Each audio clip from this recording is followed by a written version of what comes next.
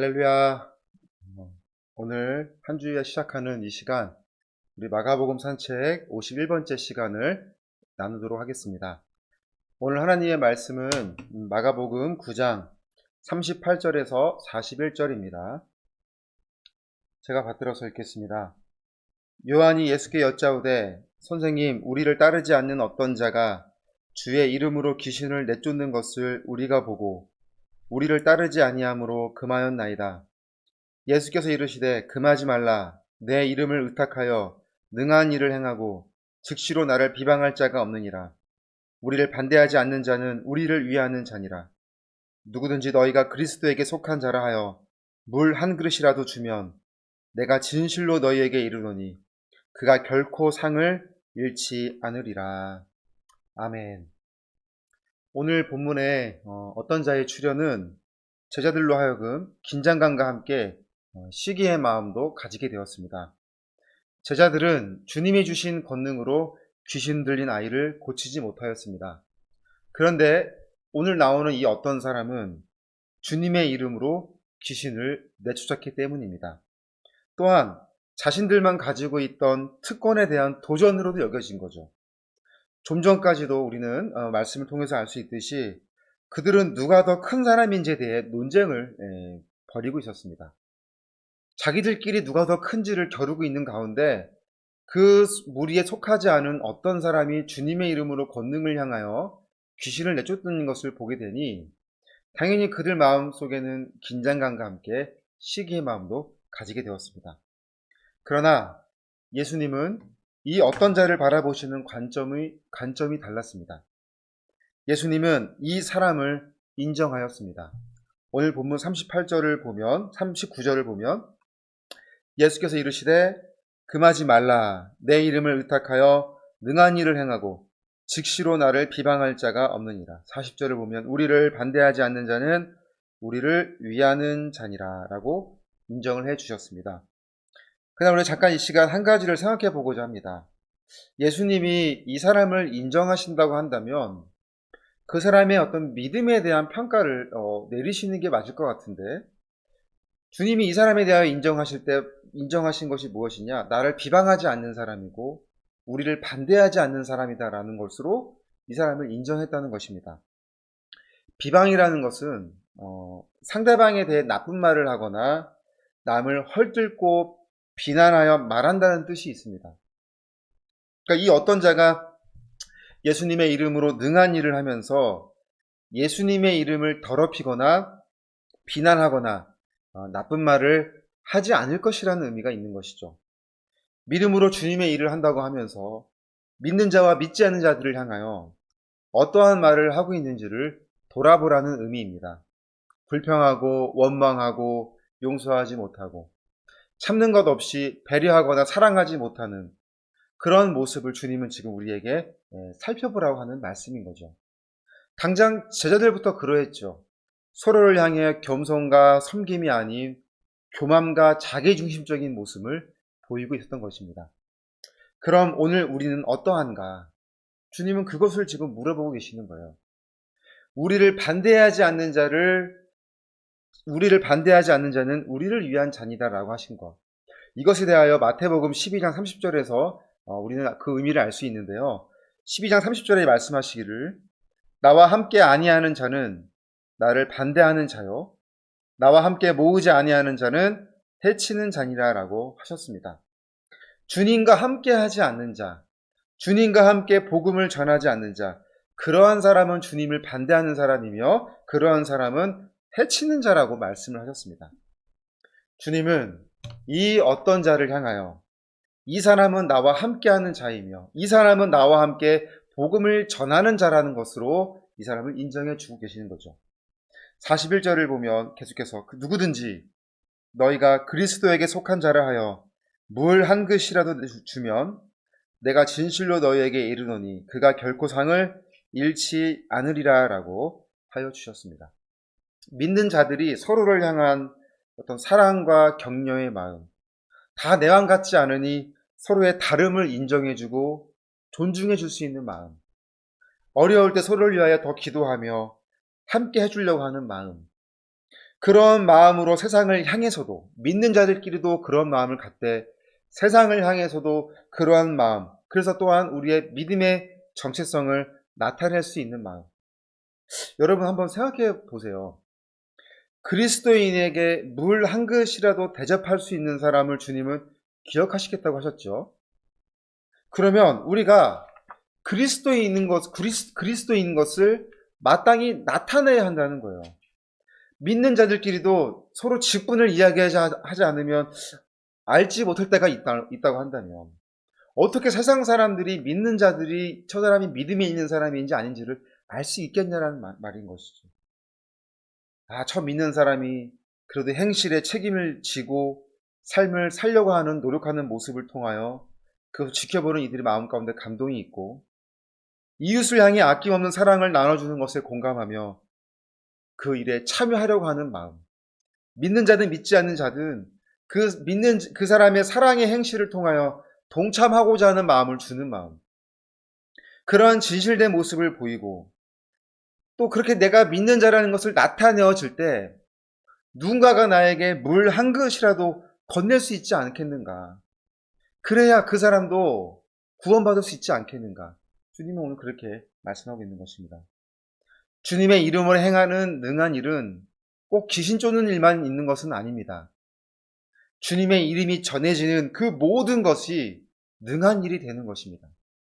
오늘 우리가 주님의 이름으로 있는 자리에서 정체성을 나타내어주고 나를 지켜보는 사람들로 하여금 저 사람은 믿음의 사람으로서 달라도 다르다라는 평가를 받게 할 수만 있다면 그리하여 내가 하는 선한 행실에 동참하여 응원하고 기도해주는 사람들이 늘어나게 된다면 주님은 합력하여 선을 이뤄나가는 놀라운 은혜를 허락하신다는 것이죠. 여기서 최고의 선은 구원이잖아요. 우리 모두가 구원을 얻을 수 있도록 하시겠다는 주님의 말씀인 것입니다. 주님은 이렇게 이 어떤 자를 평가하신 것입니다. 그런데 제자들은 그렇게 보지 않았어요. 오늘 본문을 보면 제자 중에 요한이 대표적으로 나와서 예수님께 이야기를 하죠. 38절 후반을 보면 이렇게 이야기를 합니다. 어떤 자가 주의 이름으로 귀신을 내쫓는 것을 우리가 보고 우리를 따르지 아니함으로 금하였나이다. 오늘 38절 말씀을 보면 제자들, 특히 대표적으로 요한이 나와서 예수님에게 말한 것을 세 가지 정도로 나눌 수가 있는데, 첫째는 뭐냐면 우리를 따르지 않는 사람이었다. 둘째는 주님의 이름을 사용하였다. 세 번째는 자신들은 실패한 그 귀신 쫓는 것을 저 사람이 하고 있기 때문이다. 이런 세 가지를 우리가 나눠볼 수 있습니다. 여러분들은 어떠한 이유가 이 제자들이 이 사람의 하는 것을 막았다고 여겨지십니까? 물론 다 이유가 되지요. 성경에 나오는 말씀이니까요. 그런데 이 시간 제가 오늘 우리가 나누고 싶고자 하는 것은 요한이 예수님께 말하는 그 느낌을 한번 우리가 살펴보고자 하는 거예요. 이유는 있지만 그 이유를 예수님 앞에 나와서 제자들의 대표로 요한이 말을 하는 그 모습, 그 느낌을 한번 우리가 살펴보기를 원해요. 물론 제자들은 여러 가지 이유로 귀신 쫓는 일을 실패하였지만 처음 주님이 주신 권능으로 성공했던 경험이 그들에겐 분명히 있었습니다. 주님이 직접 주신 권능이며 주님이 직접 선교지로 보내심을 받은 제자들이었습니다. 그런데 이 사람은 주님이 직접 주신 권능이 아니었으며 주님이 직접 선교지로 보내심을 받은 사람이 아니었습니다. 그럼에도 주님의 이름으로 권능을 행하는 것은 주님보다 뛰어난 그 어떤 힘을 가지고 있다고 생각을 하고 있게 됐다는 거예요. 그러니까 겉으로 보기에는 자신들이 모시는 스승보다 더 위대한 사람이 있는 것은 아닌가, 예수님의 권위가 내려가는 것은 아닌가라는 걱정하는 마음도 있었지만 속으로는 자신들이 누리게 될 큰 자리에 대하여 빼앗기게 되지는 않을까라는 염려도 하고 있었다는 것을 보게 됩니다. 그러니 38절 후반을 다시 보면 이렇게 이야기하죠. 우리가 보고 우리를 따르지 아니함으로 금하였나이다 라고 이야기를 하는 것입니다. 자신들이 보고 자신들이 그렇게 판단을 내리게 된 거예요. 민수기 11장을 보면 모세가 폭발해버리는 그런 사건이 있습니다. 그가 얼마나 힘들었냐면 하나님께 기도하기를 자신의 생명을 지금 거두어 가려고 하는 기도를 드리고 있어요. 근데 그 이유를 설명하는데 민수기 11장 14절에 말씀하기를 책임이 심히 중하여 나 혼자는 이 모든 백성을 감당할 수 없나이다라고 모세가 하나님 앞에 이야기를 합니다. 내가 지고 있는 책임이 너무나 막중하여 내가 감당할 수 없으니 하나님 차라리 내 생명을 거두어 가세요라고 하나님 앞에 기도를 드린다는 거예요. 그렇다면 모세가 이들의 무엇을 감당할 수 없었는가? 이스라엘 민족의 온갖 불평불만을 감당할 수 없었어요. 하나님에 대한 끊임없는 원망을 감당할 수 없었습니다. 그들의 그런 패악한 모습을 하나님이 증거를 내리실 때마다 모세가 중보자로서 그 역할을 하는 것에 대하여 감당할 수 없는 마음을 가지게 된 거예요. 이러한 패턴이 광야 생활 40년을 하는 동안 끊임없이 반복되어져 갔어요. 불평분만, 그것을 들어주는 모세, 결국은 그것에 대한 하나님의 심판이 내릴 때마다 중보자로서의 모세, 그런 패턴이 끊임없이 가는 그런 모세의 모습이었다는 것이죠. 그런데 더 놀라운 것은 모세가 못하겠다고 하는 이 상황이 광야 생활 40년의 끝자락이 아니라 이제 광야 생활 1년을 마치고 하나님이 약속하신 가나안 땅으로 행군을 시작하기 시작한 얼마 지나지 않은 그 시간에 모세가 폭발해버렸다는 것이에요. 그래서 하나님이 70명의 장로들을 세우십니다. 모세의 짐을 나누어지고 같이 담당할 수 있는 역할을 부여하셨어요. 하나님은 모세에게 70명을 뽑아서 하나님이 말씀하신 장소로 오라고 하셨습니다. 모세와 함께요. 그러니까 하나님은 그들에게 하나님의 영을 부어주셔서 성령의 충만함으로 이 귀한 사역을 그들이 함께 시작하기를 원하셨어요. 그런데 어떠한 이유인지 모르지만 70명 중에 2사람이 하나님이 말씀하신 곳에 참여하지 않았어요. 그들은 자신이 있는 숙소에 머물러 있었습니다. 엘닷과 메닷이라는 사람이었습니다. 그런데 하나님이 오라고 한 곳에 68명이 오게 된 거예요. 모세와 함께. 하나님이 그들에게 성령의 영을 주시는 동안, 그래서 그 자리에 있는 사람들이 예언의 말을 하는 동안 하나님이 오라고 한 곳에 오지 않은 그 2사람에게도 동일한 성령의 은혜가 이렇게 흐르게 되어서 그들이 있는 자리에서 예언의 말을 하게 되는 것을 사람들이 보기 시작했어요. 그리고 이 사실을 안 여호수아는 모세에게 달려가 즉시 보고하기를 이 2사람이 지금 거기서 예언을 하고 있으니 당장 그들을 하지 못하도록 말리세요. 못하게 하세요라고 여호수아가 모세에게 보고를 합니다. 그럼 여호수아는 왜 모세에게 이러한 말을 하게 되었을까? 모세의 말을 듣지 않는 그들이 동일한 은혜를 받게 되는 것에 모세의 권위가 떨어질 것을 염려하였고, 더불어서 모세를 섬기고 있는 자신의 권위도 떨어지게 될까 염려한 마음이 있었던 것입니다. 모세가 이야기를 합니다. 민수기 11장 29절에 모세가 그에게 이르되 내가 나를 두고 시기하느냐? 여호와께서 그의 영을 그의 모든 백성에게 주사 다 선지자가 되게 하시기를 원하노라라고 말씀을 하셨습니다. 사랑하는 여러분, 오늘 우리는 은혜와 사랑을 나누는 특권 의식을 가지고 계십니까? 아니면 그 권리를 누리고자 하는 특권 의식만 가지고 계십니까? 주님이 주신 특별한 기회를 주님이 주신 목적에 맞게 사용할 줄 아는 그런 지혜가 있는 저와 여러분이 되시길 바랍니다. 아멘. 오늘은 우리가 이 말씀을 생각하면서 하나님의 어떤 기도하는 시간이지만 오늘부터 코로나 4단계가 시작이 되죠. 이 4단계가 예상치 않게 번지고 있는 가운데 있습니다. 이것으로 하여금 너무나 많은 곳에 피해가 어려움이 있는 것을 우리가 보게 됩니다. 이 시간 누가 잘잘못을 따지고 이런 것보다 하나님께 기도하게 될 것은 하나님 이 확산이 멈추게 하여 주셔서 다시 완화되게 하여 주셔서 하나님 우리가 안전하게 그래도 우리가 믿음을 지켜가며 나아갈 수 있는 일상을 생활을 그래도 우리가 조심스럽게 할 수 있는 다시 그날을 하나님 회복해 달라고 그러한 기도를 드리는 것이 마땅할 것입니다. 우리 이 시간 합심하여 기도하실 때 코로나 확산이 속히 멈추고 다시 우리가 조심스럽게 일상으로 돌아올 수 있도록 우리 이 시간 같이 합심하여 기도하시겠습니다.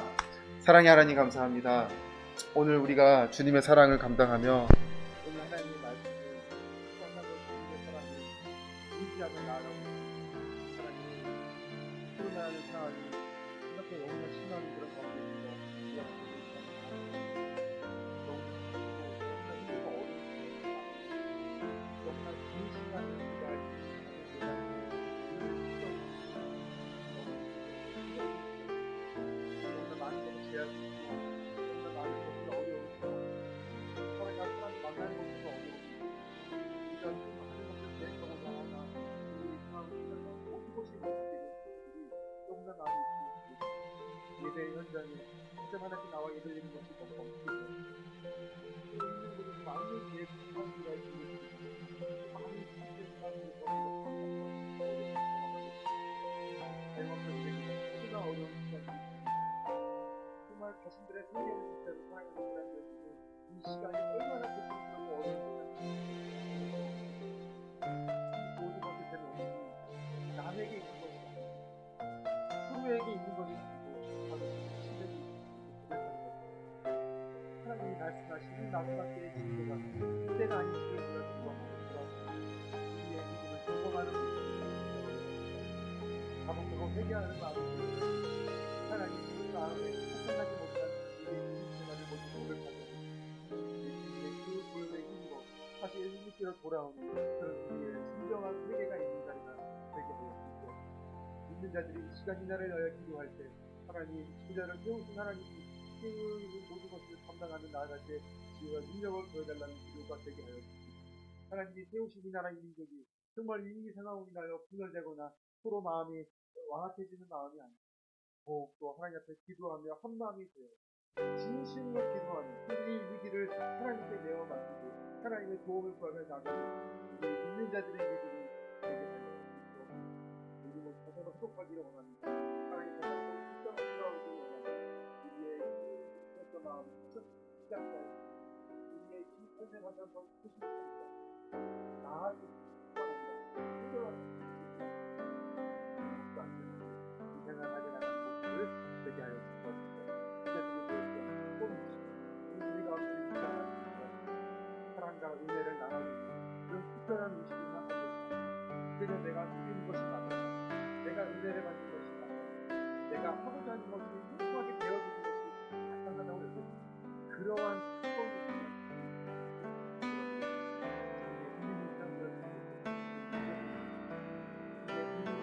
사랑을 주님의 영광을 주님의 복음을 그러한 것을 하나님의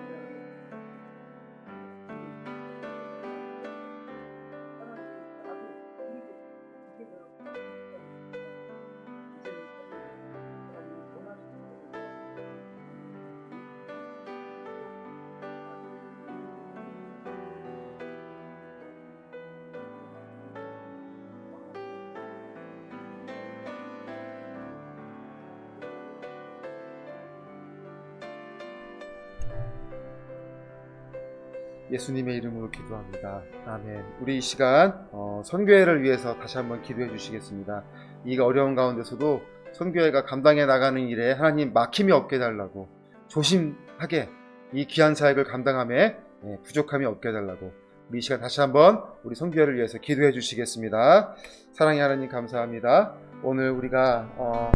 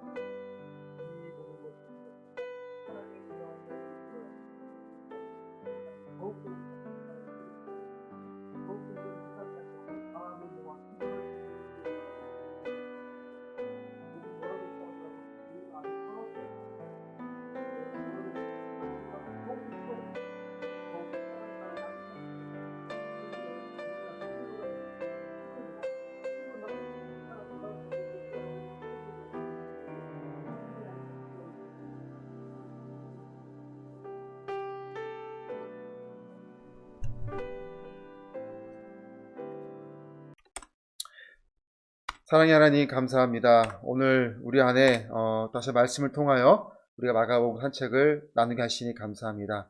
걸어가는 모든 과정을 주님이 함께 하십니다. 주님의 이름이 나타내어지는 곳에 우리의 섬김이 있게 해주시고 주님의 영광을 나타내어지고 주님의 복음을 전하는 곳에 우리의 믿음이 바로 서 있게 하여 주시옵소서.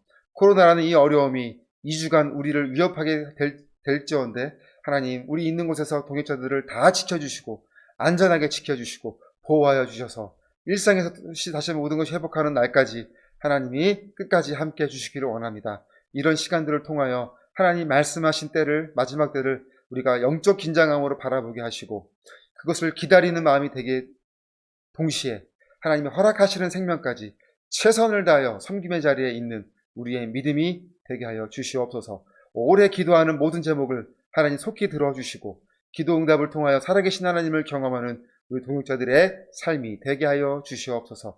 모든 것을 맡기며 이 모든 말씀 살아계신 예수님의 이름으로 기도드립니다. 아멘. 우리 하나님께 감사 영광의 박수로 예배를 마치겠습니다. 할렐루야. 수고하셨습니다.